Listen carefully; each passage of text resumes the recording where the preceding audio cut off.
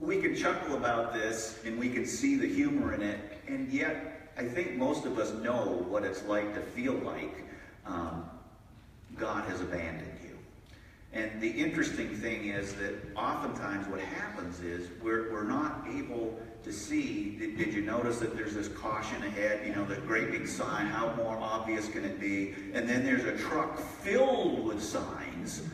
What's this joker up to? Well, this joker's trying to tell you that there are some signs. Clearly, as my wife will say to me sometimes, your phone is hidden in plain view on the table. Hidden in plain view. So if you take nothing away today, take away that when you're lost, it may be an opportunity, or if you feel lost, it may be God's way of saying, there are some things for you to see, but I need you to get both quiet.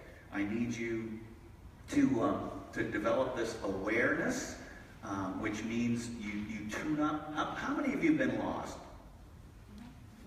So if you're anything like I am, my go-to mode is panic, which doesn't work very well.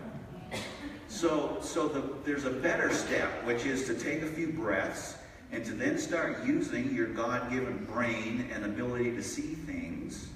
This is part of nonviolent communication, right? To see what's actually in front of you instead of what you think is in front of you. And to listen in a really profound way, so really see what it is that's there. And there might be a thunderstruck moment there. And think of it as what can I learn from this? I had a sage spiritual director one time when I was going for an interview. I really wanted this position, and I was just as nervous as a wet hen. And he said, David, why don't you approach it like you're going to learn something from this experience?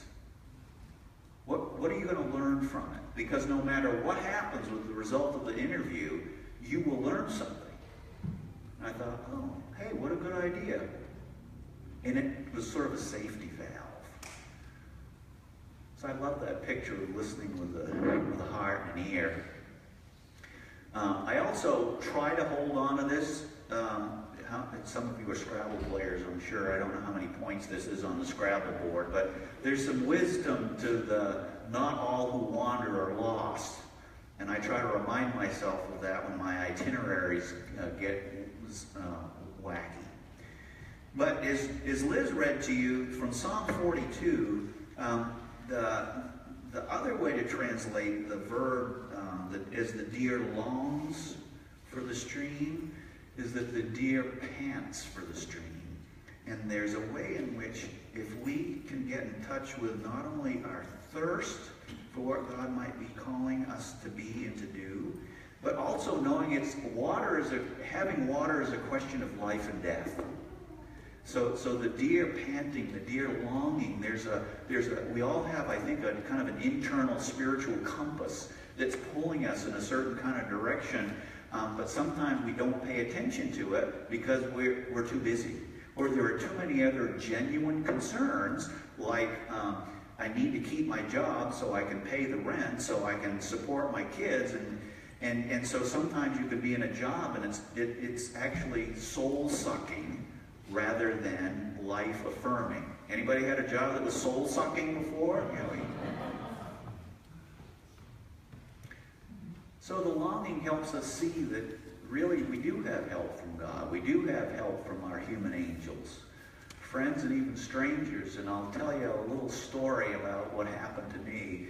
And let's start with the bottom picture. How many of you know what this is? Yeah.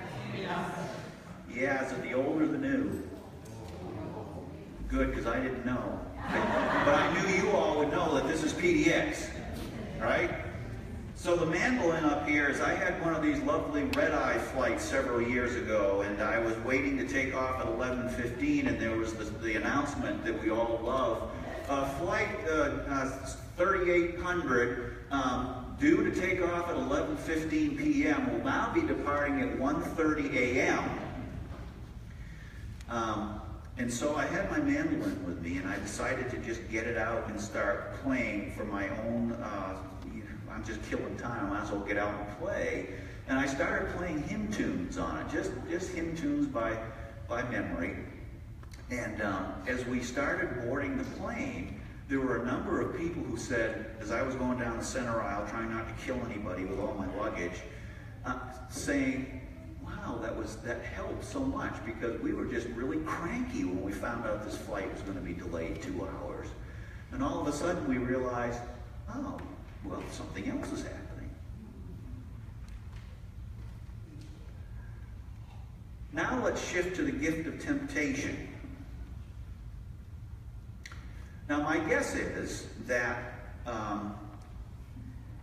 that most of us dream about winning the lottery. Not everybody. Some of us might dream about winning the lottery, but my guess is we're not going to go out and rob a bank in order to get our $1 million, right? We're probably not going to embezzle money from our friends, or we're not going to steal from our aging parents, or we're not going to take stuff away from people that we love, right? I mean, most of us, that temptation, probably not so much.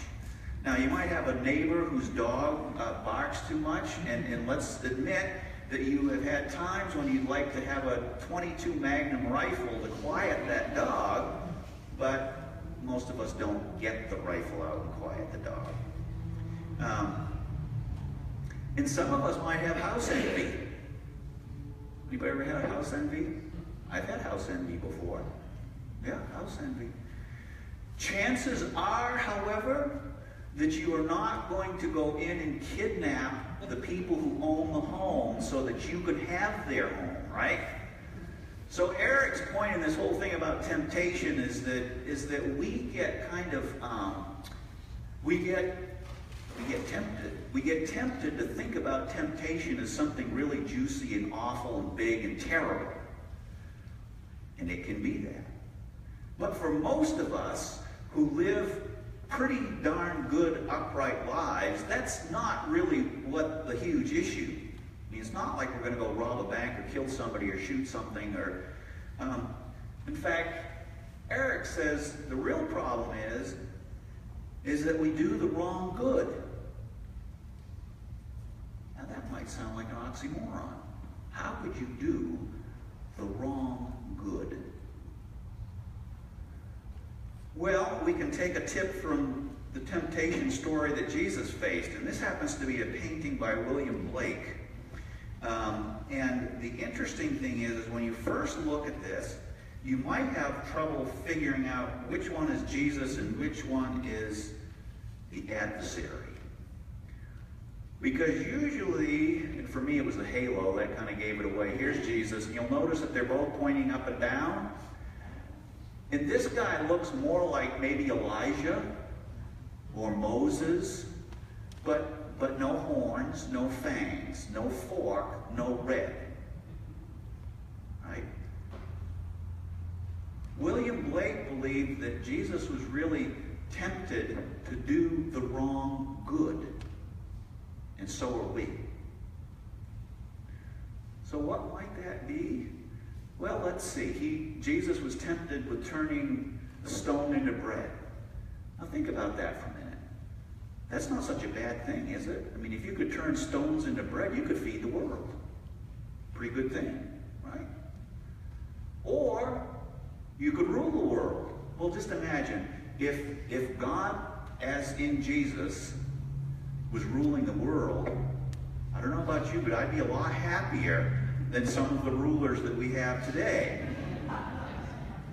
And I'm talking about the whole globe.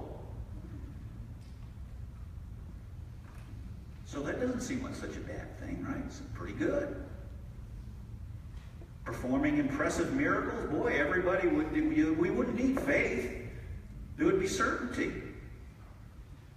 So what might this be about, doing the wrong good? Well, I have some ideas. I think it's moving from should to know. So there's been a call put out from our congregation to bake cookies. If I were a good pastor, I would probably bake cookies. I should bake some cookies. I ain't baking any cookies.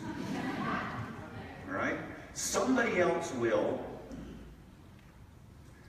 And I should be here tonight and use my day off tomorrow to do the food project, because if I were really a good leader of this congregation, how could I possibly miss such an important thing?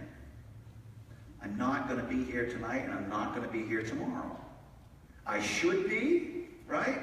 The little voice back here saying, oh, come on, how many of you, am I the only one that kind of wrestles with this? I should do this, even though it means I'm not going to take care of myself or my family. Can you get a feel for how sometimes doing good, the wrong good, can be tempting? Oh, if I could be everything for everybody. Now, maybe some of you aren't carrying that, but I bet that you're carrying some. I'm just not doing enough. I don't know what the purpose is in my life. If I could just do more, it would probably be okay. Is less more?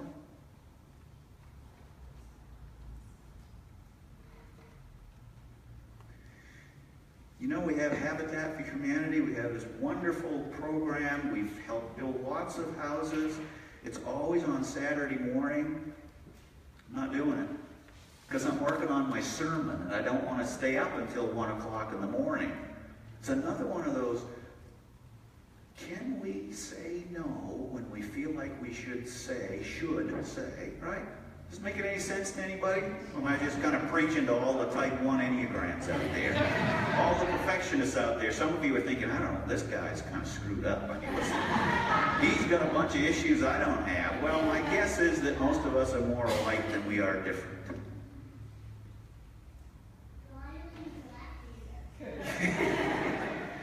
Okay, so the reality is I can't finish this sermon without, I appreciate Eric's point about doing the wrong good. In other words, you need to do what is good from your perspective, that makes your heart sing, that is the nudge, that's the pull, that's the thunderstruck that God is asking you to do. And sometimes if you're doing that, you're going to be on your main path. If you're doing some other things that you think you're supposed to be doing, but you really like, you're probably on a side path.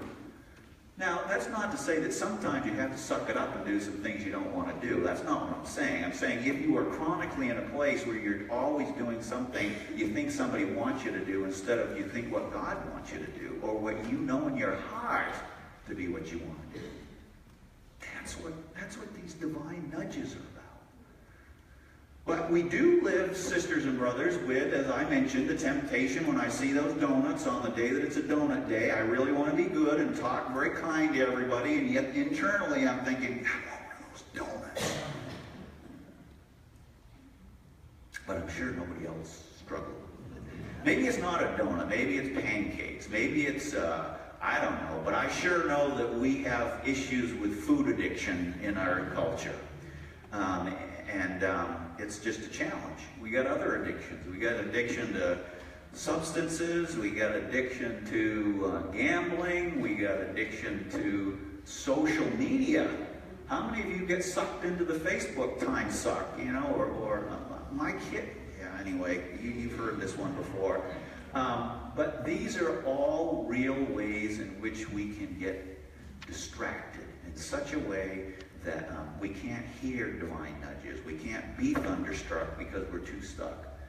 Now, the reality is there are some addictions that just absolutely need help from others, and there has to be a program. But the program I'm familiar with most is AA or NA, and it always starts with, there is this higher power who loves you even though you have this addiction. And the only way you're going to move through it is to start with the acceptance of God's love and then take steps to make up for the things that you've done wrong.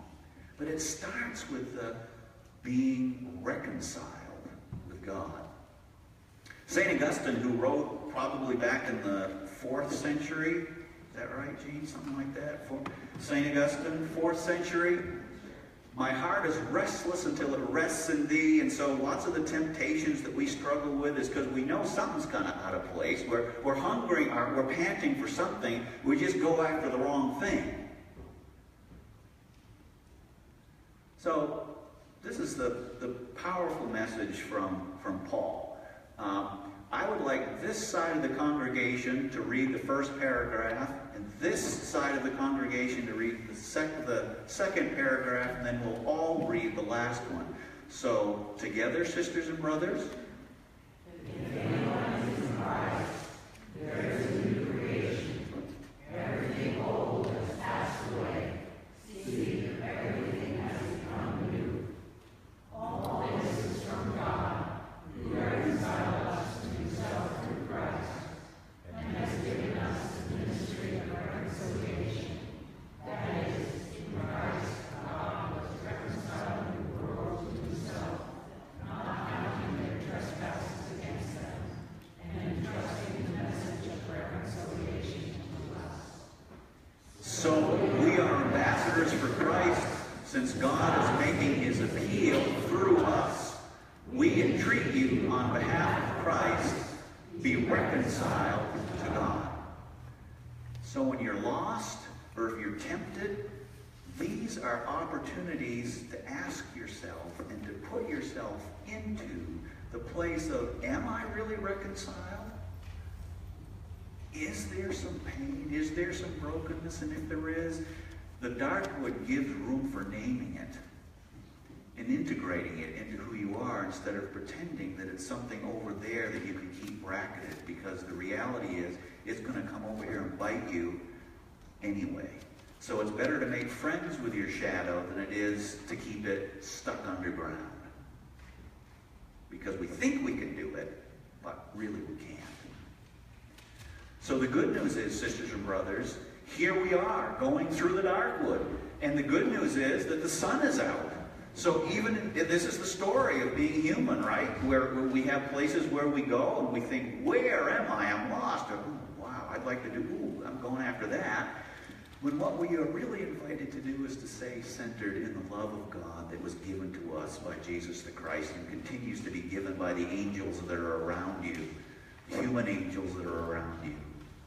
And even the Spirit of God that hits you like a thunderbolt so that you could go, oh, You have an opportunity now to reflect a little bit on the gift of being lost. And as I mentioned during the announcements, there are pens and there are leaves. There's going to be an opportunity to just be quiet for a little bit, and you can write something on your leaf as a response to the prompt here. What would you say to encourage someone who's utterly lost or in the midst of temptation? What might God say? So you're invited to write those things down. If you'd like to move forward, Beth is going to be here with a basket. You can drop them in the basket, and then we'll hang them on the tree as part of our Darkwood journey.